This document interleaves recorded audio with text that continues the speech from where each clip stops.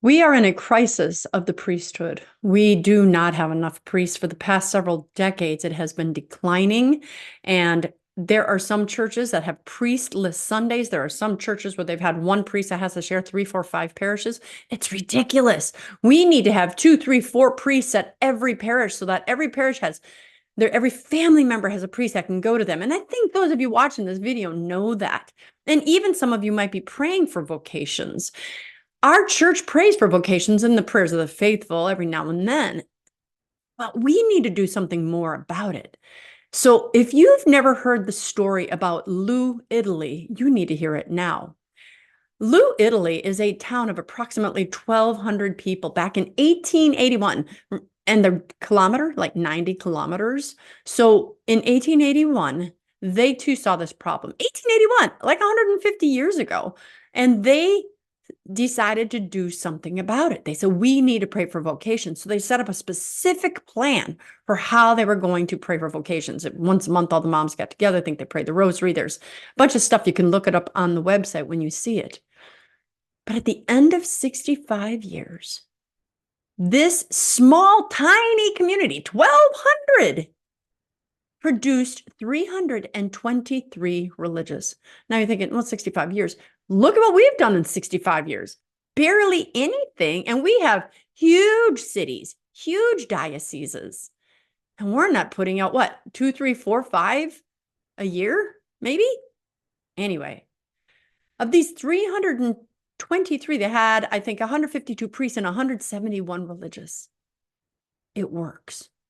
So I go to 2 churches. I go to my Novus Ordo that prays for vocations and the prayers of the faithful, but then I also go to a Latin church where they have the sign and the story of Lou, Italy up. And they have little prayer cards. And at the end of every single mass, they pray that prayer card that talks about Lou, Italy.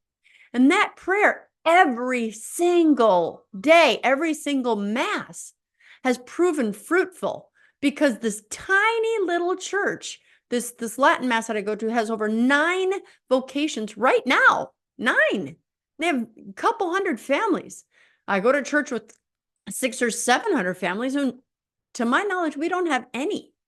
Now, of course, parents are talking about it more. And I heard someone say, well, maybe their parents are making them. Maybe, but maybe they're also, no, I don't think they're making them.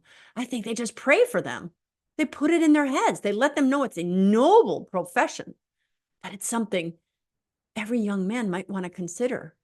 I know I have 2 daughters, but God has blessed me with 6 grandchildren, and 5 of them are grandsons. And I always pray that at least one of them becomes a priest. At least one. I'd like to have 2 or more. When you look at Lou, Italy, there were some families that had, one family had 7, some families had 5 vocations. It was incredible. My daughter even said to me recently, why do you want that? I mean, what's the big deal? And I said, daughter, you get extra graces as a mother for being able to give God a religious or a priest. His chosen sons is what they're known as. And you know that one of the commandments is honor thy father and mother. Imagine how the mother or the father of that priest will be honored in heaven, specifically if they were praying for this intention. So at the end of every mass, and I put it on my phone because I have recorded this video 4 times and keep messing up on a prayer I have memorized. And I know that that means Satan does not want this video to go out, because he knows that if we all start praying concerted, or if you do what this church has done, and you as a whole church take the prayers of Lou, Italy, and you set up your own prayer for vocations, Satan will be angry. And that makes me okay, but God will be pleased. The prayer goes like this. Oh God, grant that one of these children might become a priest or religious.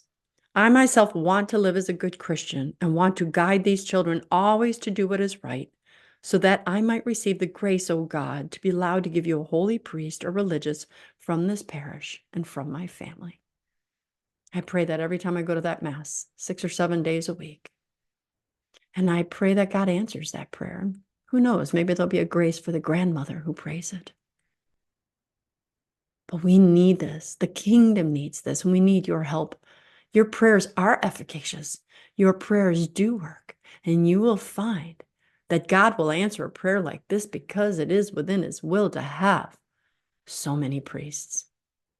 Let me know what's happening at your parish. Let me know what's happening at your home.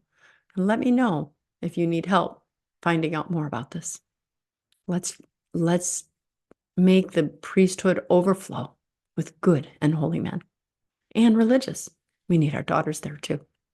I'm Dr. Christine Bacon. Thanks for watching Breakfast with Bacon. And as always, please remember to live your life sunny side up.